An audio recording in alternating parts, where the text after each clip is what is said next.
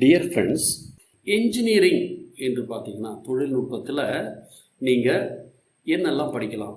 BTech அல்லது BE. Sir, இது ரெண்டுக்கு என்ன வித்தியாசம்னு கேட்டால் பெரிய வித்தியாசங்கள் எதுவும் கிடையாது. B Tech bachelor of technology, BE என்பது பேச்சுலர் ஆஃப் என்ஜினியரிங். ரெண்டுமே 4 வருஷ கோர்ஸ் தான். +2 அல்லது ஹையர் செகண்டரியில் ஃபிசிக்ஸ், கெமிஸ்ட்ரி, மேத்தமெட்டிக்ஸ் இந்த 3 சப்ஜெக்டும் படிச்சிருக்கிறவங்கெல்லாம் இந்த பிஇ பிடெக் கோர்ஸுக்கு படிக்கலாம். 10வது மட்டும் படிச்சிருந்தாலே டிப்ளமோ 3 வருஷம் கோர்ஸுக்கு போகலாம். ஆனால் +2 முடிச்சிருந்தா நீங்கள் டிப்ளமோவுக்கு செகண்ட் இயரில் போய் லேட்டரல் என்ட்ரியில் போய் ஜாயின் பண்ணலாம். பிஇ பிடெக் படித்தவங்களுக்கு என்ன வேலை கிடைக்கும்னா ஒரு டெக்னாலஜிக்கல் ஜாபாக இருக்கும். அதே நேரத்தில் டிப்ளமோ முடித்தவங்களுக்கு ஒரு சூப்பர்வைசர் லெவல் ஜாப் கிடைக்கும்.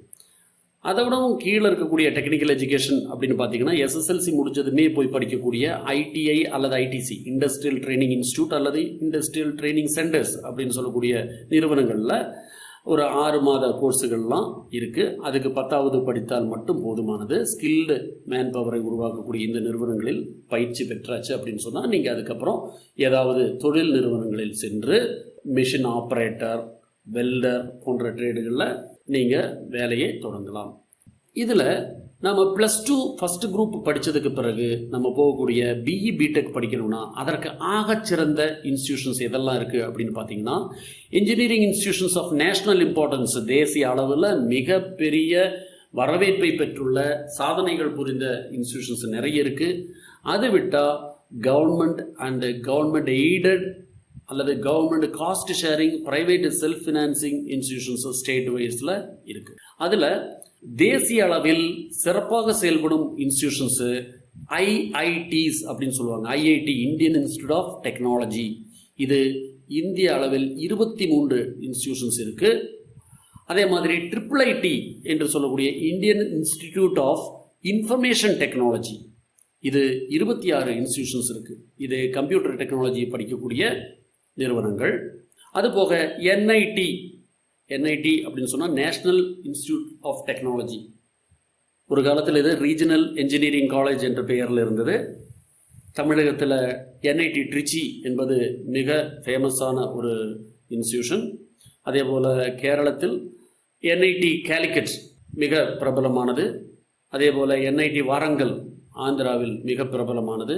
இவையும் IITக்கு அடுத்தபடியாக கருதப்படக்கூடிய இன்ஸ்டிடியூஷன்ஸ். இதில் எல்லாம் அட்மிஷன் கிடைக்கணும்னா JEE அட்வான்ஸு பாஸ் பண்ணியிருக்கணும்.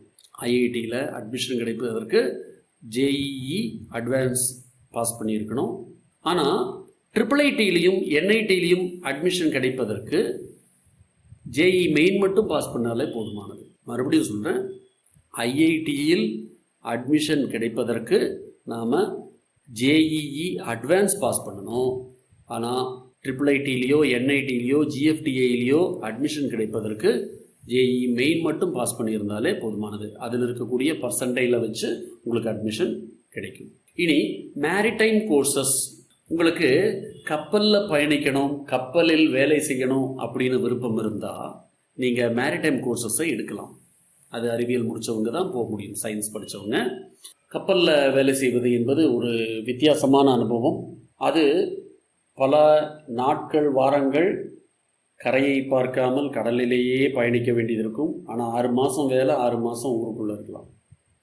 அது ஒரு டிஃப்ரெண்ட்டான அனுபவம். அதில் விருப்பம் இருக்கக்கூடியவர்கள் இந்தியன் மேரிடைம் யூனிவர்சிட்டிஸில் நீங்கள் அட்மிஷன் எடுக்கலாம். அது கொச்சின், கொல்கத்தா, மும்பை, சென்னை, விசாகப்பட்டினம் போன்ற இடங்கள்லாம் இருக்குது.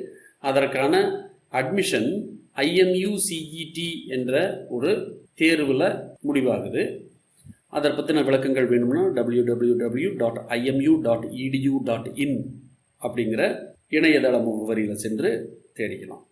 இனி CUET என்று சொல்லக்கூடிய Cochin university of science and டெக்னாலஜிக்கு இதுவும் ஒரு சிறப்பாக செயல்படக்கூடிய நிறுவனம். இது அட்டானமஸான தன்னாட்சி பெற்ற ஒரு நிறுவனம். இதற்கு 3 கேம்பஸ்கள் இருக்குது. பல அட்ராக்டிவான ப்ரோக்ராம்ஸ் இங்கே இருக்குது. பிடெக் ஃபயர் அண்ட் சேஃப்டி என்பது ஒரு பிரபலமான கோர்ஸ். இங்கே மரைன் ப்ரோக்ராம்ஸ், ஃபிஷரிஸ் போன்ற ப்ரோக்ராம்ஸு, கப்பல் கட்டுமானத்துறை சம்பந்தமான ப்ரோக்ராம்ஸ், இவை அனைத்தும் CUETல மிக பிரபலமானவை. MSc ஃபோட்டோனிக்ஸும் இங்கே சிறப்பாக இருக்குது. இதில் அட்மிஷன் வேணும் அப்படின்னு சொன்னால் +2 சயின்ஸ் குரூப் முடித்ததுக்கு பிறகு CUET-CAT என்று சொல்லக்கூடிய Cochin universities of science and டெக்னாலஜினுடைய காமன் அட்மிஷன் டெஸ்ட்டு எழுதி நீங்கள் இதில் அட்மிஷன் வாங்கலாம். மாநிலங்களில் கவர்மெண்ட் என்ஜினியரிங் காலேஜஸும் அதே போல் பிற எய்டட் என்ஜினியரிங் காலேஜஸும் செல்ஃப் ஃபினான்சிங் காலேஜஸும் இருக்குது. இன்ஜினியரிங்லேயே சிவில் இன்ஜினியரிங் இருக்குது. அது போக ஆர்கிடெக்சர் என்ற ஒரு துறை. ஆர்கிடெக்சர் அப்படின்னு சொன்னால் கட்டுமானம் அல்லது கட்டடங்களை டிசைன் செய்வது. இதில் 2 கோர்ஸ் இருக்குது, B Arch and B plan.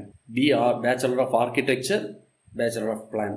இதில் என்ன வித்தியாசம் அப்படின்னு, ஆர்கிடெக்சர் என்பது ஒரு கட்டடம், அந்த கட்டடத்தினுடைய வடிவமைப்பை பற்றி படிக்கக்கூடிய கோர்ஸு. பி பிளான் என்பது ஒரு ஊரையே அல்லது ஒரு நகரையே உருவாக்கக்கூடிய, ஒரு நகரையே திட்டமிடக்கூடிய ஒரு படிப்பு. இவை 2ம் வேறு வேறு. பிஆர்க்கு முடித்தவங்கெல்லாம் கட்டடங்களினுடைய வடிவமைப்பை பார்க்கும்போது, பி பிளானிங் முடித்தவங்க ஒரு நகர அல்லது ஒரு மாநகராட்சியிலோ இருந்து அந்த நகரங்களை திட்டமிடுவதில் இருப்பாங்க. 2 பேருடைய வேலையும் வேறு வேறு. இந்த கோர்ஸுக்கு போகும்போது இதை நல்லா புரிஞ்சுட்டு அதற்கு தகுந்த மாதிரி கோர்ஸ் எடுங்க. ஆனால் இதுகளுக்கு பி ஆர்க் அல்லது பி பிளான் படிக்கணும் அப்படின்னு சொன்னால் நீங்கள் நாட்டா என்ற ஒரு தேர்வை பாஸ் பண்ணியிருக்கணும். நாட்டா என்பது architectural aptitude test, national aptitude test இன் ஆர்கிடெக்சர்.